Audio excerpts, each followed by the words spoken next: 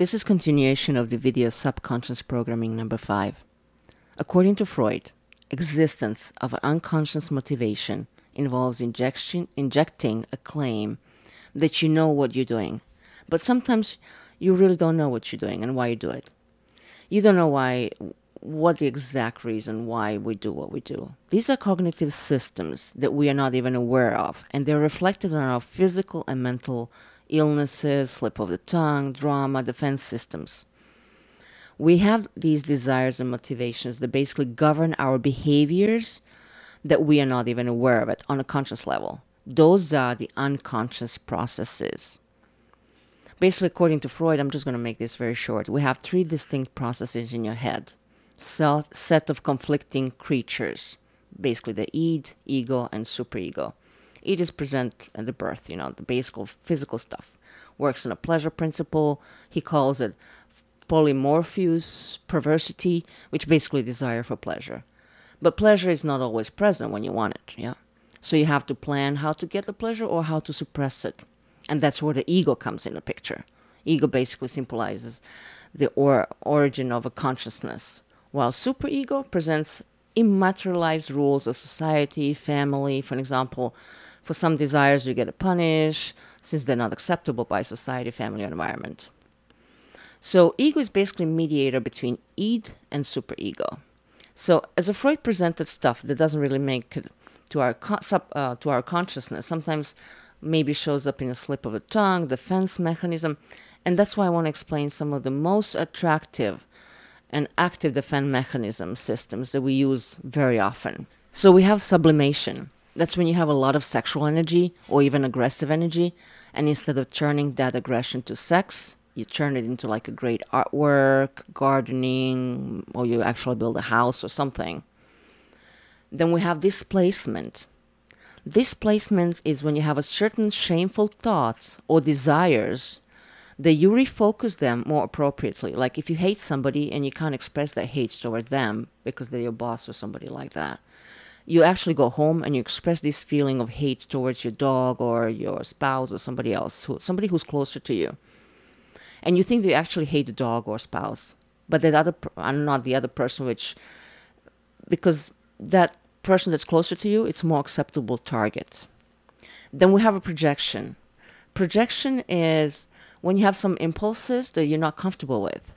Like if you feel tremendous lust towards me or somebody else, and instead of admitting it, you take your own desire and you project them to the others. Like you say to the others, are you lusting for me? But the reality is that you're actually lusting for them. Then we have a rationalization. Everybody does that all the time. Like when you do or think something bad, and then we give rationalization for our actions. Like in my culture, we have parents who enjoy smacking their children, but then who they say, oh, it's good for the child's own good. You're right. Then one of the other system is regression. That is returning basically to the earlier stage of a child development. But none of these defense mechanism systems are pathological. They're just part of a normal life to keep equilibrium. But sometimes they escalate, and well, if it ends up taking...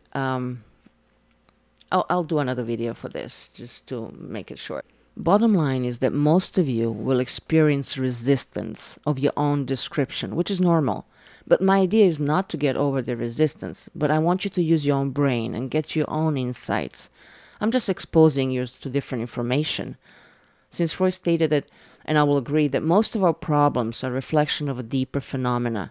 And once you get aware of those and remove the energy charge from them, they will go away. And we are, as human, we all masters of deception. We use our minds, behavior, basically deception to trick people and ourselves that we are better than we really are. And just in order to make a maximal positive impression, sometimes to protect ourselves. But the best lies are the ones that we tell to ourselves. And the worst thing is when we believe the lie and we live the lie. Plus, there's so many things that we're not even aware of. They're modifying our way of thinking. Like anything that's below the level of conscience that dramatically influences our beliefs. Plus all the drugs that we're taking. I mean, drugs can be good, but the reality is they're just masking the symptoms. Like if you have a panic attack, yeah, you might solve them with medications, but the panic attack is not your real problem. It's just a fact. Cause of a problem cannot be fixed with the drugs. Medications are way overused in pre-mental disorders. That's why I highly recommend that you listen to the PATH video presentation, a new psychological movement that cleans up your problems at the core on a sub-level.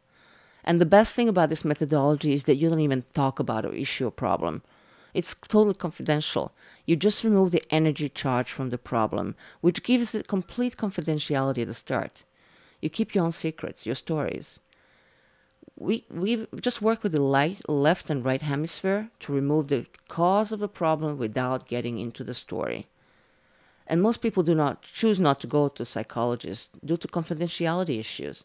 So PATH is not a traditional process of clinical psychology where you talk about discussing problems. As Tesla stated, every time you talk about something, you feed it with your new energy. So story, trauma, stress, or whatever you talk about just grows, evolves. And not only that old energy is still present, but it gets even empowered, strong, and more installed into your psyche. And what's really extraordinary about this methodology is the speed of results you're getting. The removal of bad memory from stress or trauma or existing bad habits, even implementation of the new ones, is basically known as neutralizing your polarities. It can be accomplished with just one treatment. But major dependencies like alcohol, drugs, food, sex, they take up to 7 treatments. But neutralizing emotional blockages on a subconscious and unconscious level will help you resolve the past negative experience and associations with them. It will break unproductive habits, behaviors, beliefs. You can overcome anxiety and fear, transform relationship by rewards, just so you can get autonomy in close relationship with others. And you can also elevate understanding of your own and the feelings of others. And you get so much more from that. And the third thing is you have an opportunity to build anything you want for yourself in life. Everything you know or have is learned in behaviorism, a result of experience. There's no real human nature. People are malleable. You know how they say, Church, Ottoman Empire, and Watson stated, give me the child the age of 7 and I will show you the man, regardless of his talents, aspirations, or whatever. So I'm repeating some of these smart words. It is never too late to have a happy childhood. Call is yours. My number is below. So if not me, I can rec somebody else who can assist you in building or rebuilding your life through the subconscious reprogramming techniques.